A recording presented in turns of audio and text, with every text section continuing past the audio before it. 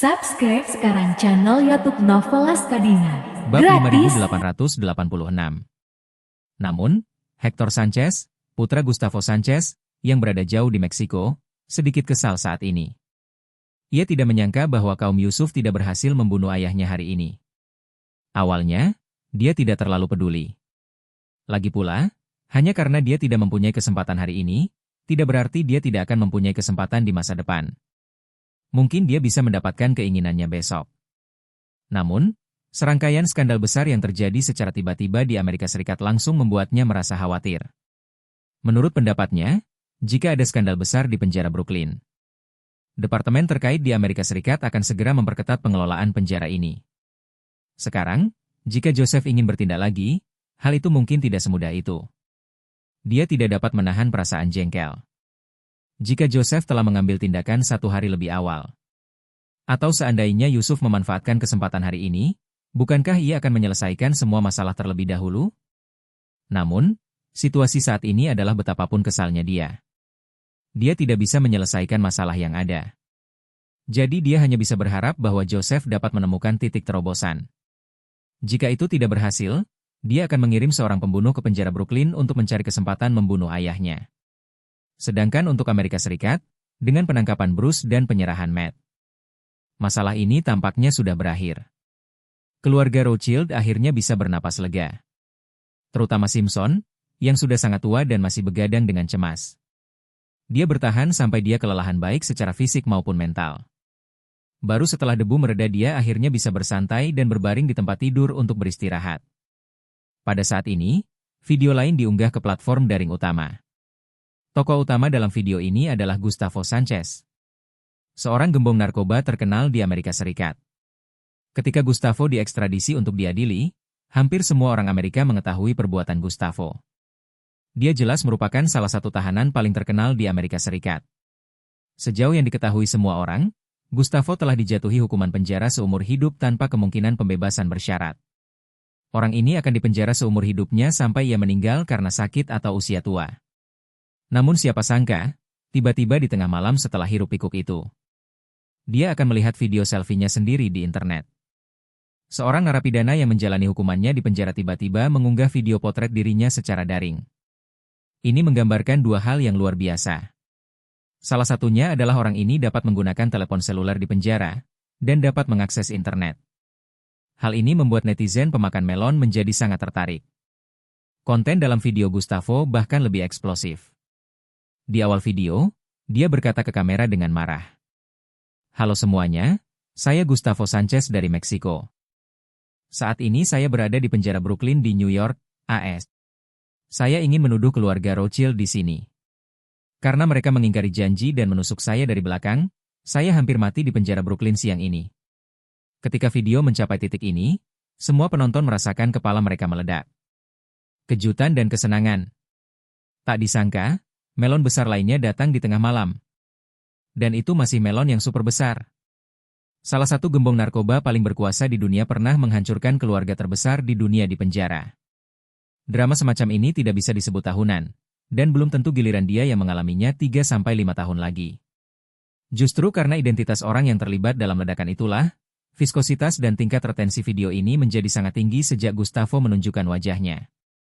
Hampir tidak ada orang yang akan menutup video ini saat ini.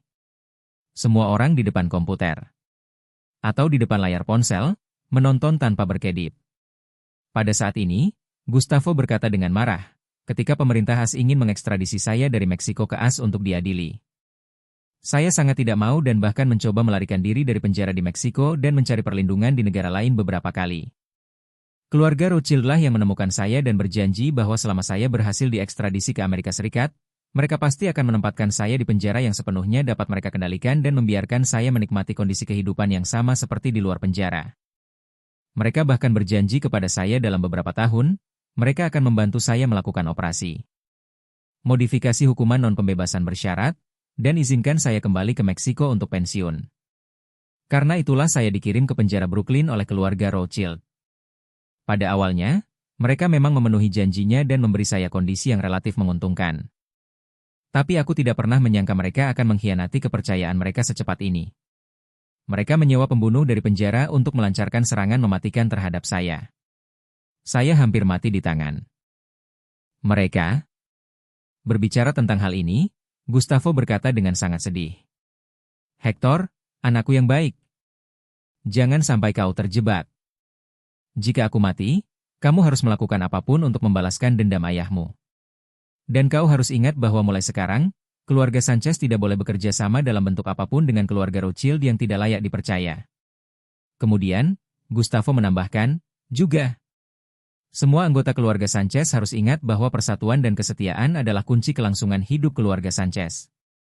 Jadi siapapun, dalam keadaan apapun, sama sekali tidak bisa mengkhianati keluarga.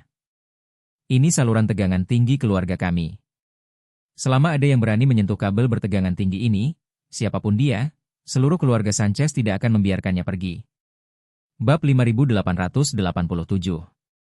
Pada titik ini dalam video, Gustavo mengingat bahwa dia hampir dibunuh oleh putranya. Namun ia tetap harus mendidik anaknya dengan kata-kata yang tulus dalam video tersebut. Dan ketika dia merasa bahwa anggota keluarga harus bersatu menjadi satu, dia merasakan ledakan kesedihan dan kemarahan di hatinya. Jika dia mengikuti ide aslinya, dia akan memberitahu semua anggota keluarga Sanchez bahwa putranya ingin membunuhnya. Meminta mereka untuk membalaskan dendamnya apapun yang terjadi. Dan bahkan meminta mereka untuk menggulingkan putranya dari posisi kepala keluarga.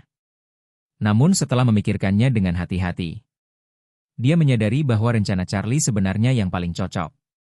Putranya sekarang memiliki kekuatan besar.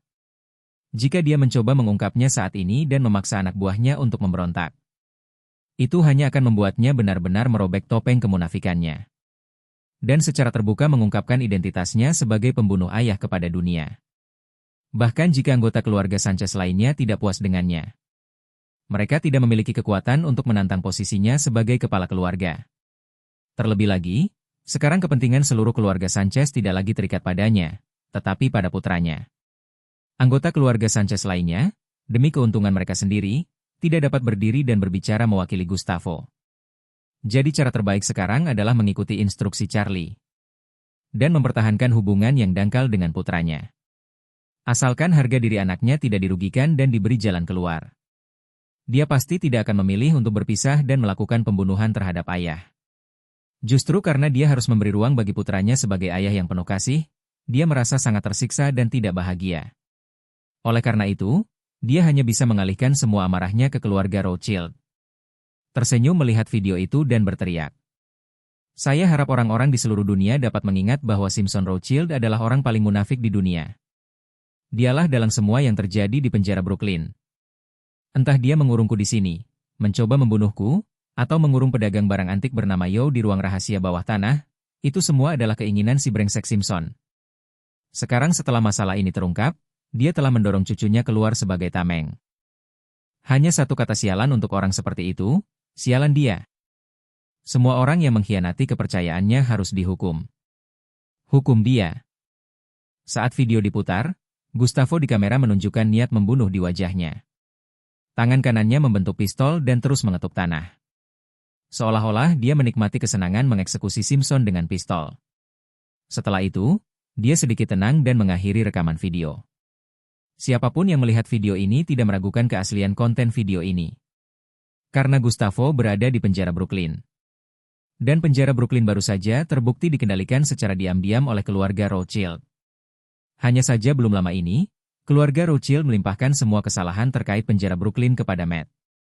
Pada awalnya orang-orang percaya dengan perkataan Simpson. Namun mereka tidak menyangka akan mendapat tamparan di wajah secepat itu oleh pernyataan pribadi Gustavo. Bahkan gembong narkoba super seperti Gustavo pun berdiri dan menuduh Simpson. Yang meyakinkan semua orang bahwa Simpson adalah manipulator di balik ini. Karena Matt hanyalah seorang playboy yang suka bercumbu dengan istri orang lain. Bagaimana orang seperti itu bisa memiliki kualifikasi dan kemampuan untuk diam-diam berhubungan seks dengan seorang gembong narkoba pembunuh seperti Gustavo? Simpson menghabiskan hidupnya mencoba untuk pindah sejauh mungkin di dalam lubang pembuangan. Dan dia nyaris berhasil menghindari terkena kotoran dengan mengandalkan orang lain seperti Matt untuk masuk ke dalam lubang kotor sebagai batu loncatan. Tepat ketika Simpson berdiri di tepi lubang kotoran sambil bersuka cita, Gustavo tiba-tiba bergegas keluar entah dari mana, memeluk Simpson tanpa ragu. Melompat ke lubang kotoran, dan memberi Simpson pukulan yang menentukan. Dalam sekejap, penghinaan terhadap Simpson bermunculan di internet. Keluarga Rothschild tidak pernah bermimpi bahwa mereka akan ditikam dari belakang oleh Gustavo. Dan mereka panik sesaat. Membuat kesepakatan dengan pengedar narkoba, memberi mereka hak istimewa penjara. Dan menggunakan pengedar narkoba untuk mendapatkan keuntungan di Meksiko sama sekali tidak mungkin. Akan lebih mudah untuk menempatkannya pada abad ke-19 yang semi beradab selama Perang Candu. Lagi pula, semua orang adalah pengedar narkoba. Bahkan bangsawan dan keluarga kerajaan Inggris pun pengedar narkoba. Bukan masalah besar bahwa keluarga Rothschild terlibat dengan pengedar narkoba. Namun, kini adalah abad ke-21 peradaban modern. Keluarga kerajaan Inggris telah lama memutihkan diri. Keluarga Rothschild masih berurusan dengan pengedar narkoba. Ini adalah perilaku yang sangat menjijikan dalam masyarakat saat ini. Bagi keluarga Rothschild, hampir seketika, reputasi keluarga berada pada titik terendah. Simpson duduk dari tempat tidur dengan marah, menatap putra tertua yang datang untuk melaporkan berita, dan bertanya dengan marah. Siapa yang akan membunuh Gustavo? Kapan aku bilang akan membunuhnya? Putra tertua berkata dengan canggung, Ayah, kami memiliki perjanjian kerjasama dengan Gustavo. Bagaimana mungkin kita membunuhnya? Entah ada kesalahpahaman atau Gustavo mengarangnya. Bab 5888. Simpson bertanya, Gustavo sudah membuat kesepakatan dengan kita sejak lama. Apa gunanya dia mengarang omong kosong dan menjebak kita saat ini? Dan yang tidak dapat saya pahami adalah bahwa dia adalah seorang pria yang disukai dan pemabuk di penjara Brooklyn. Dia bisa mendapatkan apapun yang dia mau. Perawatan seperti ini hanya bisa kami berikan padanya. Sekarang dia sudah maju untuk melaporkan dan mengungkapnya. Bukankah itu berarti dia telah mengkhianati dirinya sendiri? Setelah pemerintah mulai menyelidiki masalah ini, dia pasti akan kehilangan semua hak istimewa yang telah kami berikan kepadanya. Bagaimana dia bisa menjalani kehidupan yang baik saat itu? Putra tertua berkata dengan ekspresi bingung di wajahnya. Saya tidak mengerti mengapa ini terjadi. Dalam kedua situasi tersebut, Gustavo ini seharusnya tidak berdiri dan menggigit kita. Simpson berkata dengan sangat serius, mari kita pikirkan baik-baik. Apa alasan yang membuat Gustavo meninggalkan kehidupan superiornya saat ini dan melawan kita? Putra tertua menggelengkan kepalanya dan berkata, saya tidak dapat memikirkannya. Baginya, pilihan terbaik adalah bekerja sama dengan kami. Sekalipun seluruh keluarga Sanchez seperti ini, mengkhianati mereka saat ini tidak akan ada gunanya sama sekali. Simpson terdiam sejenak lalu berkata dengan serius. Kecuali jika nyawa Gustavo benar-benar terancam. Seseorang pasti benar-benar ingin membunuhnya, jadi dia terpaksa menyeret kami ke dalam air. Putra tertua segera bertanya, Ayah, menurutmu siapa yang ingin membunuh Gustavo? Dia sekarang bukan lagi Gustavo yang sama seperti dulu. Tidak peduli berapa banyak hak istimewa yang dia nikmati, dia tetaplah seorang tahanan pemerintah AS. Membunuhnya saat ini tidak hanya menyinggung keluarga Sanchez, tapi juga menyinggung pemerintah. Apa gunanya? Simpson berkata dengan dingin, pergi dan selidiki masalah ini. Saya ingin mengetahui seluk-beluk semuanya. Pada saat yang sama, Jalisco, Meksiko. Markas besar keluarga Sanchez terletak di tempat yang terkenal dengan tanaman agavenya. Rumah besar tempat keluarga Sanchez tinggal tidak dapat lagi digambarkan sebagai sebuah istana megah. Mereka memiliki lebih dari ratusan mil persegi tanah.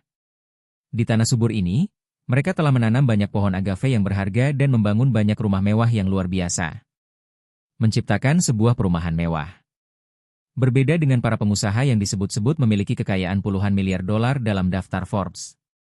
Puluhan miliar dolar milik keluarga Sanchez hampir tidak berharga. Nilai seorang wirausahawan sebagian besar ditentukan oleh valuasi dan saham yang tidak dapat diuangkan. Misalnya, grup yang terdaftar memiliki nilai pasar sebesar 100 miliar dolar AS. Dan pengusaha itu secara pribadi memiliki 51% saham. Secara teori, dia memang bernilai 50 miliar dolar AS. Tetapi saham-saham ini Anda tidak dapat mengurangi kepemilikan Anda sesuka hati. Dan Anda dapat menjaminkan sebagiannya saja. Akan tetapi, uang yang diperoleh dari saham yang dijaminkan tidak dapat digunakan sesuai keinginan Anda. Jika suatu hari bisnisnya tidak bagus, pasarnya tidak bagus.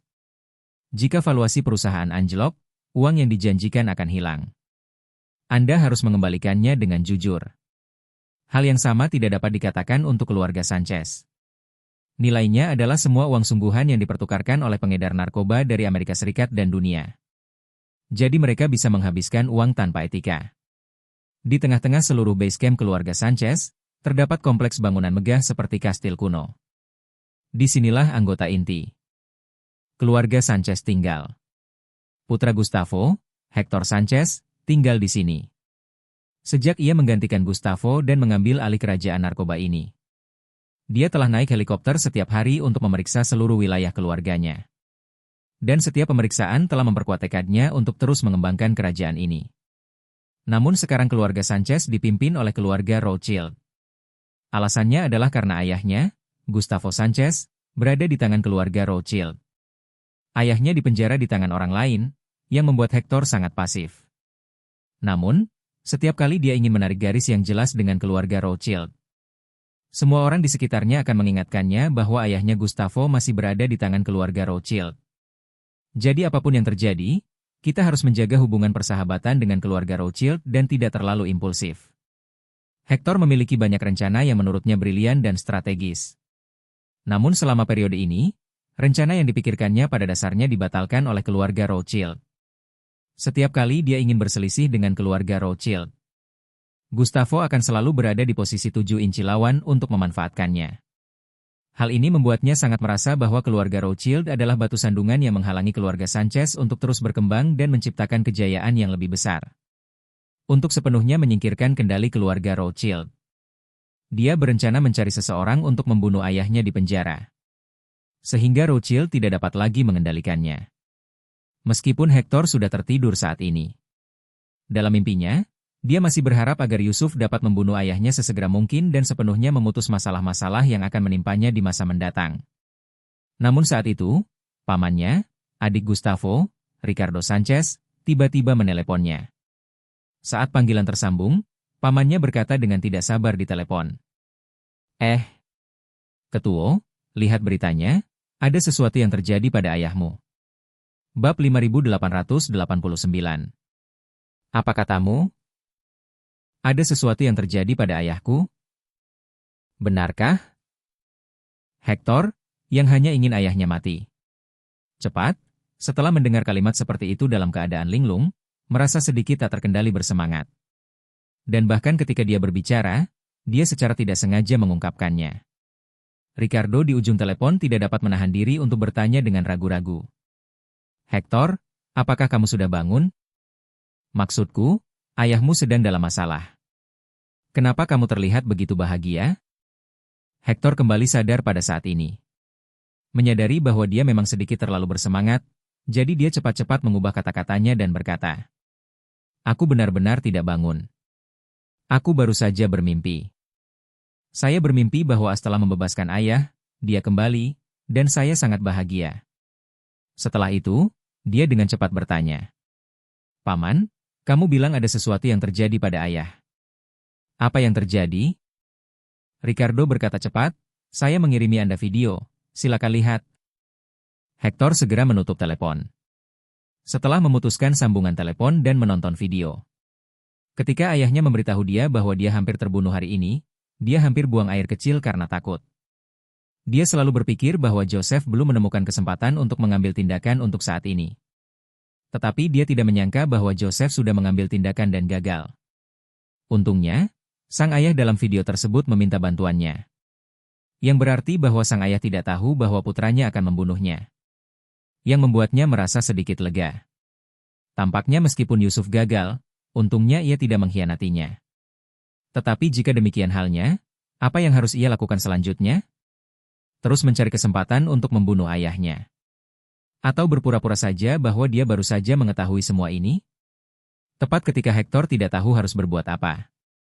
Penasihat militernya sekaligus tangan kanannya yang paling terpercaya meneleponnya.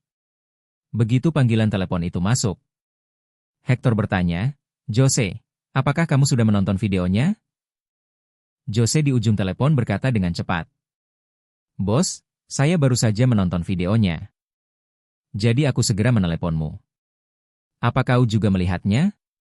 "Aku sudah melihatnya," tanya Hector cemas. Menurutmu apa yang harus kulakukan sekarang? Haruskah saya terus membiarkan orang lain mengurus orang tua itu? Atau haruskah aku berpura-pura bodoh sampai akhir? Jose bertanya, Bos, kalau dipikir-pikir lagi, mana yang lebih Anda sukai? Hector berkata tanpa ragu, tentu saja, aku lebih suka membunuh orang tua itu.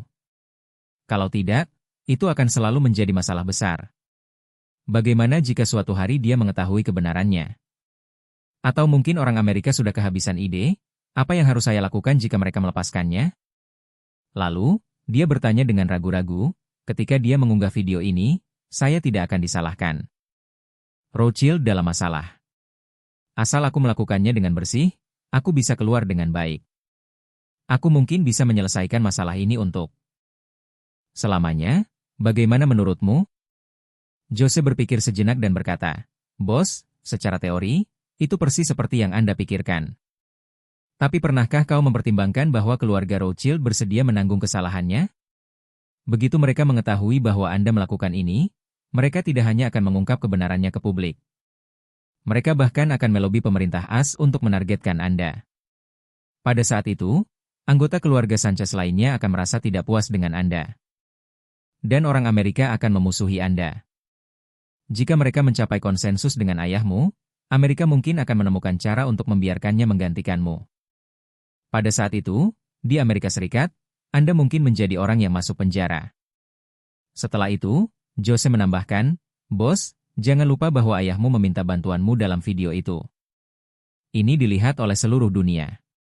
Jika dia masih meninggal dalam kecelakaan, bukankah itu berarti memberitahu seluruh dunia bahwa kamu bahkan tidak bisa melindungi ayahmu sendiri? Cuk! Wajah Hector berubah dan dia bertanya dengan suara rendah. Lalu menurutmu apa yang harus kulakukan? Bab 5890. Jose memikirkannya. Setelah memikirkannya, dia berkata, Bos, kurasa satu-satunya cara sekarang adalah dengan memprotes secara terbuka kepada keluarga Rothschild. Pertama, bersikaplah seperti seorang anak berbakti ketika ayahnya diancam akan dibunuh. Lalu ucapkan kata-kata kasar. Selama sesuatu terjadi pada ayahmu, seluruh keluarga Sanchez akan langsung membalas dendam. Ngomong-ngomong, reputasi keluarga Rothschild sudah runtuh sekarang. Ini adalah waktu yang tepat untuk menambah penghinaan atas cedera. Jika sebagian besar orang Amerika menganggap diri mereka kotor, maka ini yang akan disalahkan. Seperti yang dikatakannya, Jose menambahkan, mengenai Anda mengatakan Anda takut keluarga Rothschild akan mengetahui kebenarannya. Sebenarnya tidak perlu khawatir tentang hal itu. Kita hanya perlu membunuh orang yang bertugas menyampaikan pesan itu dan memberikan bukti perekrutan Joseph. Rantainya akan putus. Sekalipun mereka menemukan jalan keluar dari dalam penjara, itu akan sia-sia. Tidak ada bukti. Bahkan jika mereka maju dan mengatakan bahwa kamu pelakunya, kita masih bisa mengatakan bahwa mereka memfitnah. Kita tidak perlu peduli dengan apa yang dikatakan orang lain. Yang benar-benar perlu diperhatikan adalah apa yang diyakini semua orang. Hector merenung sejenak dan bertanya, kalau begitu, menurut pendapatmu, aku tidak bisa membunuh orang tua itu. Ya? Jose menjelaskan, sebenarnya, dalam situasi ini, haruskah kau membunuh orang tua itu? Membunuhnya sudah tidak penting lagi. Dia hidup agar bisa berbuat baik kepada semua orang. Jika dia meninggal, Anda akan kehilangan muka, keluarga Rothschild juga akan tercoreng nama baiknya, dan pemerintah AS juga akan menjadi sasaran kritik publik. Selama semua orang tidak impulsif, insiden ini akan perlahan dilupakan oleh publik. Tapi kalau ada yang membunuhnya, kedua pihak lainnya pasti akan berusaha sekuat tenaga untuk membersihkan diri dari kecurigaan. Dan kemudian kita akan menjadi lebih pasif. Hector mendesah dalam-dalam, menggertakkan giginya dan berkata, hanya ini yang bisa kita lakukan sekarang. Saya harap Amerika tidak akan melepaskan orang tua itu atau mengancam saya dengannya. Jose berkata, keluarga Rothschild sekarang punya terlalu banyak hal yang harus mereka urus sendiri. Bahkan Simpson harus berusaha sekuat tenaga dan menjadi orang baik. Tentu saja tidak mungkin menimbulkan masalah dalam waktu singkat. Tak lama kemudian, Hector, atas nama seluruh keluarga Sanchez, mengajukan protes kepada pemerintah AS dan keluarga Rothschild melalui sebuah video. Dalam video tersebut, selain mengecam keluarga Rothschild dengan marah, dia juga melontarkan kata-kata kasar, Setelah ayahnya mengatakan alasannya melakukan ini adalah untuk terlibat dalam perang skala penuh dengan keluarga Rothschild. Di internet, suara-suara yang mengkritik dan menghina keluarga Rothschild telah mencapai tingkat yang belum pernah terjadi sebelumnya. Keluarga Rothschild belum bersuara karena Simpson kini telah menjadi target serangan netizen nomor 1.